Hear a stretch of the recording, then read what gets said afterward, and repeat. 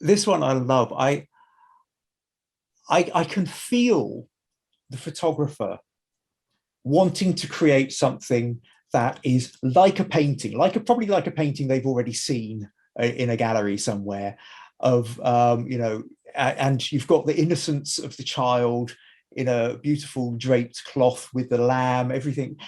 And it's like, okay, we've got her, we've got the lamb. Look, have you got a blanket? Elsie, you got a blanket? You get me a blanket. Okay, throw the blanket over her head. And it's one of those things where I can feel what they're trying to do and feeling like, and they just sort of don't quite get it. We look at it now, and part of the love of it is because it's an old scene, it's an old photograph. We look at it and it's 100+ years ago.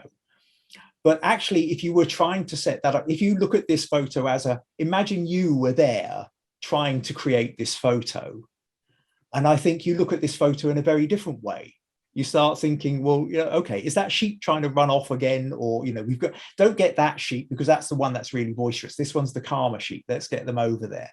And yes, that blanket, that sort of tweed blanket, which just sort of sits there, just when would anybody ever wear a blanket in that way? You just wouldn't. My wife noticed that the material here in the blanket is also looking like the same as the underdress of the girl there as well. And of course, a great set of muddy boots underneath that. But that sense of I'm going to create a narrative photo, a photo like a painting with sort of probably religious overtones and references and what have you. Absolutely.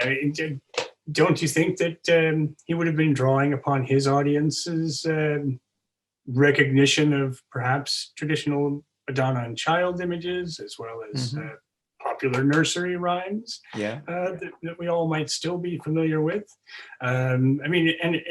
This is most certainly a representation of a rural ideal that I would suggest perhaps wouldn't be reflected in everyday life. And in that sense, there's perhaps some undercurrent as well.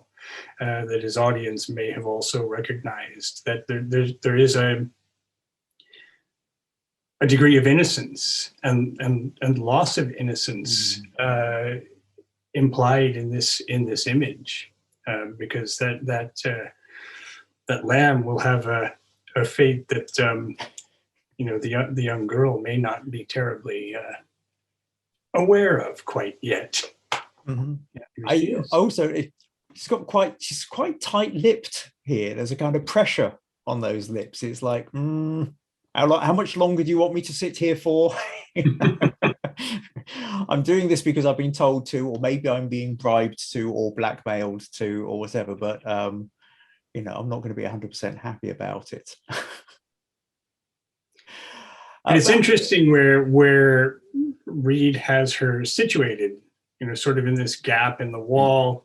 So there are sort of counterpoint V shapes here that seem quite deliberate, even where her arm is sort of wrapped around the sheep a bit. And so it's quite compositionally, but yeah, no, I think you're right. I mean, you could, the way the wall in the background comes down, it's sort of very kind of leading line towards her head. The use of triangle, with the shape of the blanket, you are creating all these little kind of diagonals and leading lines, drawing the eye where you want it. So yeah, there's clearly a lot of thought gone into the creation of this. It's just that I can't look at this without thinking what it would be like if I was trying to get my daughter to sit and pose like this, because I had this idea which I thought was brilliant and nobody else did. Well, you definitely get the sense that here by the 1890s, when this likely would have been made, that we've definitely got shorter exposure times. Yes, available to us than the earlier sheep shearing image. Yes, and I think that's one of those things about the development of photography. I remember hearing long before I took up photography, one of the reasons why so many of these Victorian poses, everybody looks so stern, is because you had to have something like a 4-second or even an 8-second exposure. and you can't hold a smile for that long without your face starting to droop and then going out of focus. So everybody's got to stay absolutely still for several seconds, which is extraordinarily difficult to do. If you've ever tried, doing a 4-second exposure of yourself and trying to stay rock solidly still, is nigh on impossible.